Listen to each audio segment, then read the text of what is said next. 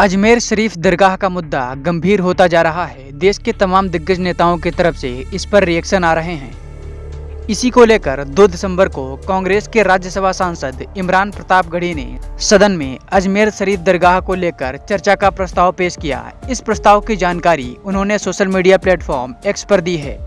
Social media platform x पर एक video share करते हुए उन्होंने लिखा कि आपसी भाईचारे और प्रेम का प्रतीक अजमेर शरीफ दरगाह को जिस तरह से सांप्रदायिक राजनीति का केंद्र बनाने की साजिश की जा रही है, उसके खिलाफ आज राज्यसभा में स्थगन प्रस्ताव दिया।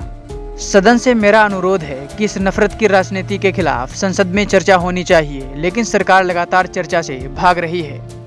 मीडिया एजेंसी एएनआई से बात करते हुए इमरान प्रतापगढ़ी ने कहा कि सरकार नहीं चाहती कि सदन चले। दरअसल सदन सरकार नहीं चलाना चाहती। सरकार जानती है कि सदन चलेगी तो देश में जो तमाम महत्वपूर्ण मुद्दे हैं जिसमें सरकार घिरी हुई है, अडानी का मुद्दा हो, अजमेर शरीफ दरगाह का मुद्दा हो, संभल का मुद्दा हो, सरकार को जवाब देते नहीं बनेगा। इसलिए सरकार लगातार भाग रही है और सरकार चलाना, सदन चलाना सरकार के ऊपर डिपेंड करता है। आपने देखा है इसी सदन को 146 विपक्ष के सांसदों को सस्पेंड करके भी सदन चलाई गई, जब सदन चलाना था सरकार को, बिल पास करवाने थे। क्योंकि इस बार सदन नहीं चलाना चाहती सरकार, इसलिए लगातार भाग रही है क्योंकि उसे जवाब न देना पड़े। देश को समझना पड़ेगा कि सरकार आपके पैसों की बर्बादी कर रही है, सदन नहीं चला रही है, सिर्फ नाटक कर रही है। आपको बता दें कि संभल के बाद अब अजमेर शरीफ दरगाह चर्चा का केंद्र बना हुआ है। हिंदू पक्ष ने दावा किया है कि जहां पर ये दरगाह है वहां पर एक संकट मोचन महादेव मंदिर था।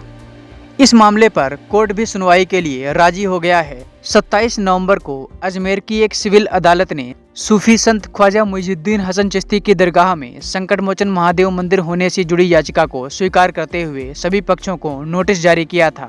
सिविल न्यायालय ने इस मामले में सुनवाई के लिए अगली तारीख 20 दिसंबर जारी की है। याचिकाकर्ता विष्णु गुप्ता ने अपने दावे का आधार एक किताब को बताया है।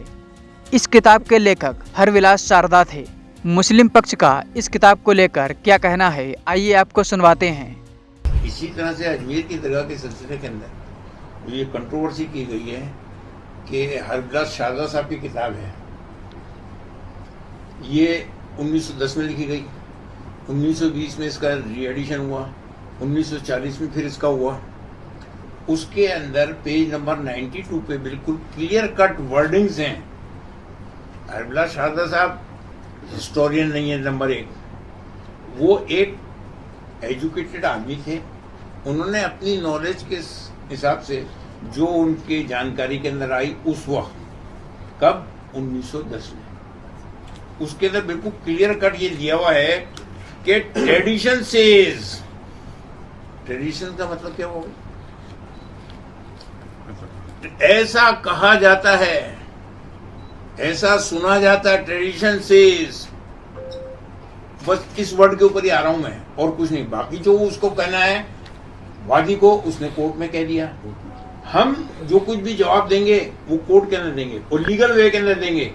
हमारी भी एडवोकेट्स का पैनल है, अजमेर का अलग है, हाई कोर्ट का अलग है, सुप्रीम कोर्ट का अलग है। हम उनसे चैनल बनाए हुए हैं, हो सकता है वो आ जाए यहाँ पर। इसी दरगाह का जो 800 साल का इतिहास है, जब गरीब नवाज रहमतुल्लाह अलैह का एक्ट गवर्नमेंट ऑफ इंडिया पास कर रही थी, एक्ट नंबर 36 1955, उससे पहले 1950 के अंदर गवर्नमेंट ऑफ इंडिया ने इलाहाबाद हाई कोर्ट के सिटिंग जज जस्टिस गुलाम हसन की अध्यक्षता में एक आयोग बनाया और दरगाह के माल एडमिनिस्ट्रेशन को लेकर के उसके ऊपर इंक्वायरी की।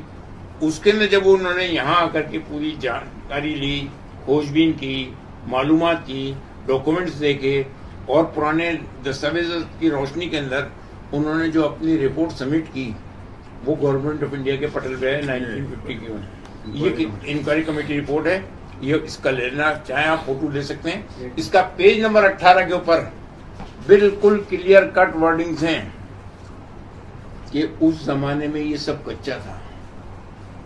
जब गरीब नवाज रहमतुल्लाह तशरीफ लाए, उस जमाने में ये कच्चा मैदान था, उसके अंदर उनकी कब्र थी। अब साइकोलॉजी पॉइंट ऑफ व्यू से आप खुद अंदाजा लगा सकते हैं कि जहां पर कब्र होगी और वो भी कच्ची, 150 साल तक आपका मजार कच्चा रहा, बिल्कुल भी वहां कोई पक्का कंस्ट्रक्शन नहीं था, तो उसके नीचे टेम्पल कहां से आ गया भाई?